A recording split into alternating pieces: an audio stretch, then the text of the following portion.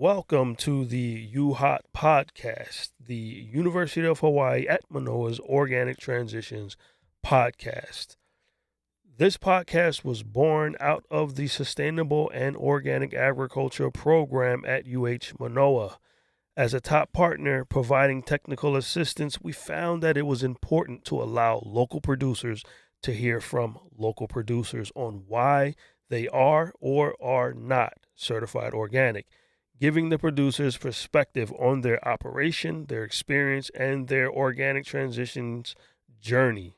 The SOAP program is located on the campus of UH Manoa. You can go to the UHOT website at uhot.org. There, we have a link to the SOAP website where you will find more resources on local agriculture research, a subscription button to the Hanai quarterly newsletter, and additional resources on Hawaii specific topics such as pest management, soil health, composting, cover crops, crop specific information, and the latest research. And without further ado, for this episode, I would like to introduce Mr. Colhour Bondera of Kanalani Ohana Farms. Welcome to the podcast, Colhour. Oh, thank you for hosting. Appreciate this being available to people. This is a great opportunity to for farmers to discuss their experiences. And first, I'd like to ask you, when did you guys get started? Where are you located? How many acres are you farming? What do you produce? And what are your markets right now?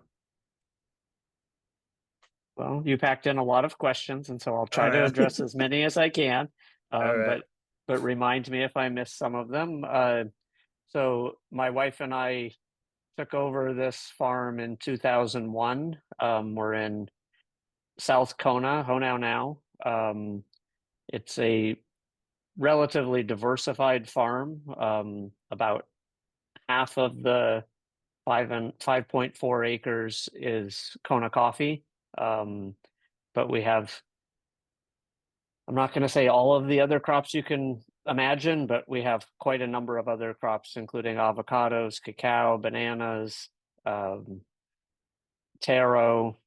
The list is quite extensive. And it was previously certified organic, but we immediately became certified with Hawaii Organic Farming Association, who was doing certifications at that time, 2001, until they stopped their certification options that less than a decade later. And we, I think, have primarily, I think our first 6 or 7 years, we didn't have a clear marketing venue for our production besides our coffee, which we did mail order mostly. But we were able to add in all of our other production to marketing through the farmers market that we got involved with once it started in something like 2007, and have been doing that Keaho farmers market since then. And we've tried other farmers markets as well.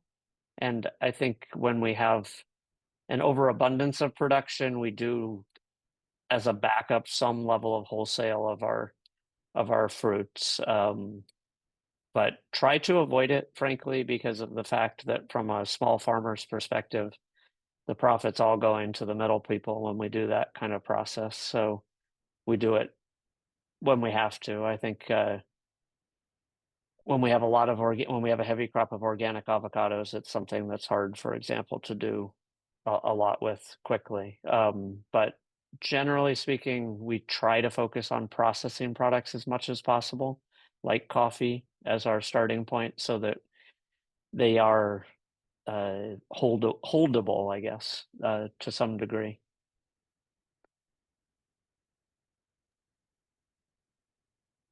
Awesome. Thank you. So earlier you said you guys became certified organic in 2001. Can you give us a little bit of background of how you got started, why you decided to do it, what was the process, and just the initial process of getting certified, and what kind of preparation did you have? Yeah, I'm happy to talk about that. I think it's a little bit not confusing, but consternating because of the fact that now it's pretty different than it probably was for us then, but also characterize how we went through the process, which was the farm had been certified organic previous to us taking it over, and there was uh, someone who was contracted as the manager operating the farm production part of the, especially actually exclusively the coffee, but the whole farm has coffee. So they were willing to put in writing a statement that they had only used organic inputs while they were managing, even though it wasn't certified organic at that point in time. Uh, Hawaii Organic Farming Association was willing to take that letter from the manager to as evidence that there hadn't been non-organic management practices used, and therefore we were able through them, HOFA, Hawaii Organic Farmers Association, to uh, become certified pretty much right without any delay, because a lot of times you have a transition period of 3 years of records of uh, management organically before you can become certified. And I think that that can be an impediment all of the time. And I think that person was willing to write for the past 3 years I managed using organic inputs, which is a potentially a way for people to do those things. But I think that that made it a lot smoother and simpler for us to become certified than people taking over a farm that wasn't managed organically, because then they have a 3 year transition, which I think is, a difficult stepping stone. But I think at that time, 2001, it was not a complicated administrative process as it has become in the last several decades, is my Now, if read. let's imagine, like, you mentioned that 36-month transition period can be a bit cumbersome, a little bit more cumbersome. Um, what can you give us a little bit of insight of why you believe that is become or can be a bottleneck in that process? Yeah, I think that's actually a good question in terms of the fact that at the national level, people are aware that there needs to be some kind of certification of transition, because you're either certified organic or you're not certified organic. And there's not really something to do in between. And if you have 36 months, uh, it's unjustifiable to be spending the money to be certified organic if you can't say you're doing anything. And I think that having some kind of certified transitional program in place, which my understanding is there may be either one already in place or they're developing one, I think is critical for operations who are questioning the value of becoming certified, because I think that 36 months is a while to wait if you have a small scale operation and you're trying to sell your product to cover things like uh, certification costs and or organic inputs, for example, which can be notably more expensive than conventional inputs still. Um, and so I think that the bureaucracy of needing to go through that hoop can impede, especially, frankly, the small scale operators who, are most of my, I'm in Kona, it's most of my neighbors and definitely most of the farms in Hawaii are overall going to be considered small scale. And it's very hard when you're talking about, you know, 10, 20, 30,000, 40,000, $50,000 of sales to be justifying significant expenses that you can't cover with selling your product as certified organic.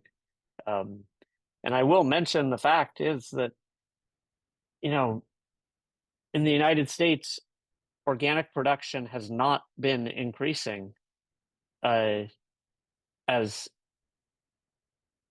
time passes. However, the demand for organics continues to increase at basically the same rate. So every year there's more demand for organic, and every year the organic production has been about the same. And I think that that's a really important problem to address. And I don't know the way to address it, but one of the ways that it's perceived is that the small scale operator can't get their foot in the door to be certified because of that transition period as part of the the impediments, frankly, to bothering with the process, because cost benefit isn't worth it. Now, regarding the increase, just to keep the conversation on this wavelength of thought, on the uh, idea of the number of farmers increase, number of certified organic farmers increasing while the or staying stagnant while the demand for organic product is increasing.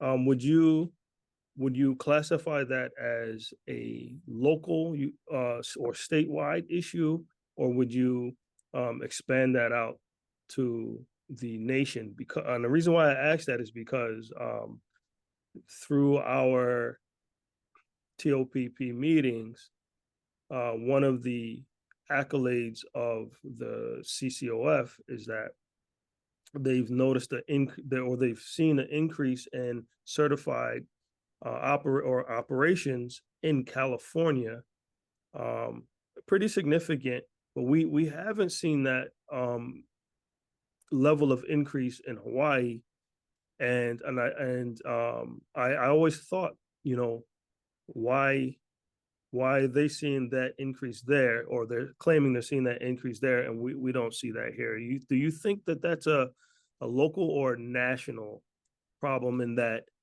California is an outlier?